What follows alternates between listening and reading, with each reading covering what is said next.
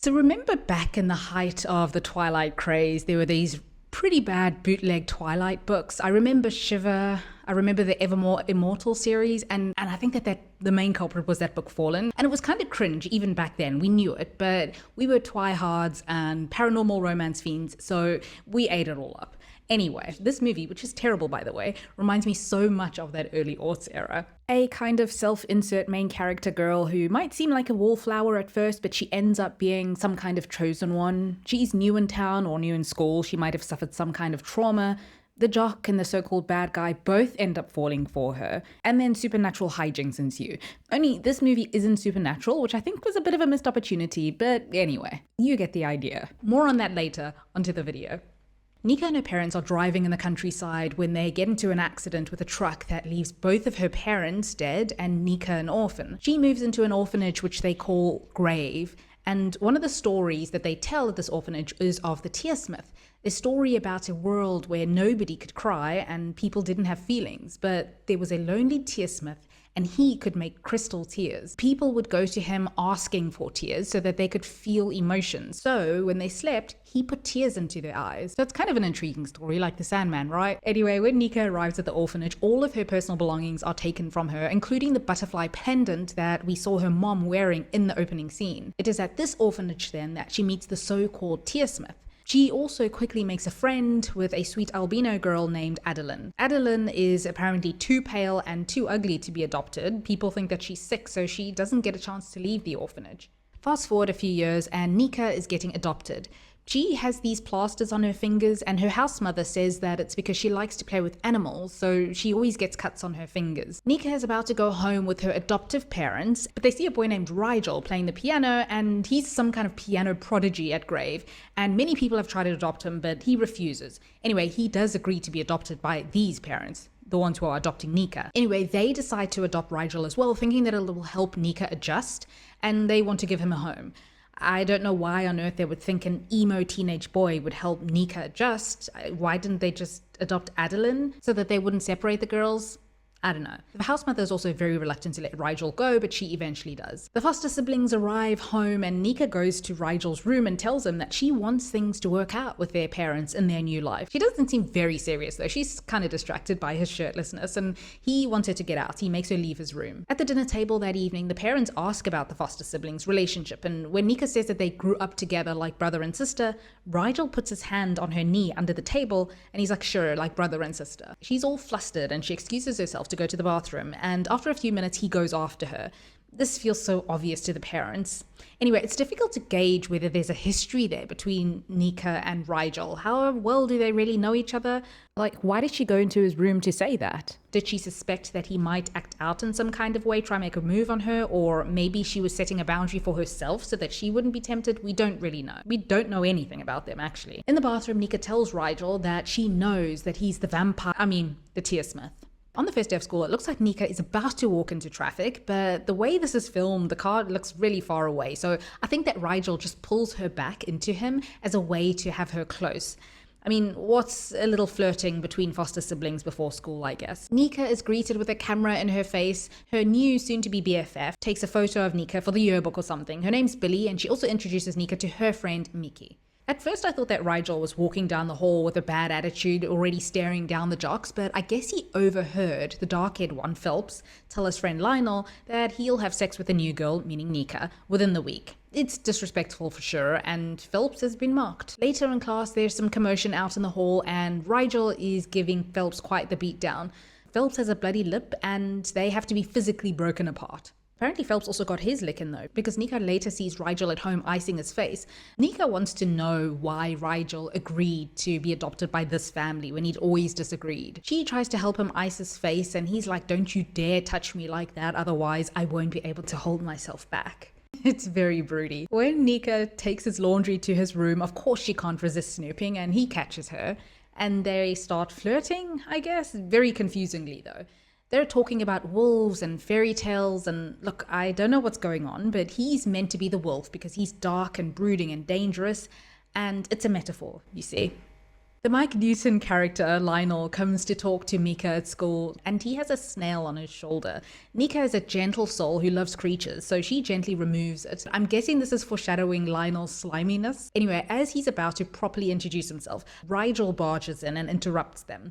When Lionel asks if anything's going on between them, Nika says no, and it looks like it pains her to say no. Nika and Anne go shopping for a dress, and at one point after trying one on, she can't unzip the back, and Rigel reaches out to unzip it. By the time she turns around to see who it was, obviously she knows it's him, he's gone. Now I thought that he was just kind of skulking around the store watching for Nika, but for some reason I rewatched the scene and he was there from the beginning. Nika then has a panic attack because she tries on a belt and she's triggered as she remembers the abuse that she endured at the orphanage where the house mother tied her to a bed with a belt in the basement. It's garden day at school where all the kids give roses to each other anonymously, kind of like a secret Valentine, and Nika opens her locker to see a black rose there. Mickey tells her that black roses signify a tormented obsession and an impure love. She goes to Rigel's room then and asks if he gave it to her, and he's like, do I look like the kind of guy who would give you flowers? Well, Rigel, emo black roses are right up your alley actually, so yes.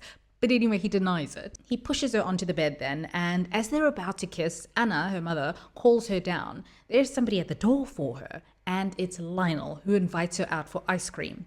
As Nika's walking away from the house, she and Rigel are secretly giving each other looks, so there's some unfinished business there. The date is very boring. They're not even trying with Lionel. He's worse than Mike Newton, actually.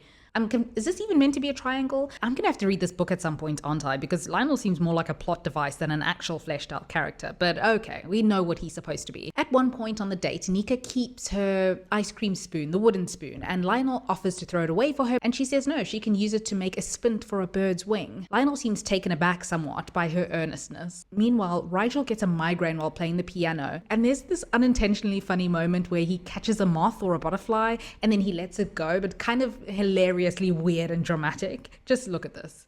Anyway, his nickname for Nika is Moth as well, so I'm guessing it's a moth. Another random scene that doesn't really get an explanation. Nika's eating dinner one night and she gets a video from Lionel, all bloody face, saying that Rigel hit him. Just then, Rigel comes home all bloody as well. Was this an unprovoked attack on Rigel's part? Because that's two people he's been involved with, and it hasn't even been a week. Nika's all like, what did you do? Why did you do this? She's cross for a little bit, and then she says, I know why. It's because you're the Tearsmith. So it had been raining out, and suddenly Rigel is coming down with a fever, and he's burning up. So Nika, obviously anger forgotten, takes him to bed, removes his pants. It's in a nursemaid way, not in a sexual way. Well, no, I spoke too soon. She very tenderly gives him his meds, and then she caresses him with those plasters on her fingers. They're kind of all over each other without really kissing. He's like inhaling her skin, and it's surprisingly not creepy. I don't know. They're properly carrying on until the parents come back home, interrupting them. Nika goes out with her hair looking like that, and she looks a little guilty. She looks like she's been up to something, and I'm certain the mother has some kind of idea. Anyway, Nika does recover well, though, by shifting things to Rigel, so it ends up not being that suspicious after all. There's a memory, then, of them at the orphanage, and we see that Rigel has been looking out for Nika for a long time, even when they were kids. When they were kids, Nika was about to be punished at one point for taking salt, and Rigel cut his own hand to divert attention to himself and to save Nika from getting punishment. You see, the house mother at the orphanage saw Rigel as a son, and he was her golden boy, so she coddled him quite a bit. He was the only child who was spared from the abuse that the other children had to endure. Nika goes over to Mickey's house to hang out with her and Billy to study, and Nika guesses that Mickey is the one who's been putting roses in Billy's locker. She guesses this when she walks in on Mickey kissing Billy while Billy sleeps. I mean, this is very creepy behavior from Mickey, I gotta say. Billy believes that Phelps, the jock guy, is her secret admirer, but Nika promises Mickey that she won't tell. Lionel tells Nika that he likes her, and he also asks that her brother stay out of it, and she says that her brother will always be a part of her life. He will never understand it because he never grew up in an orphanage. The adoptive parents announce then on Rigel's birthday that they will be making the adoption official. This is going to be so awkward.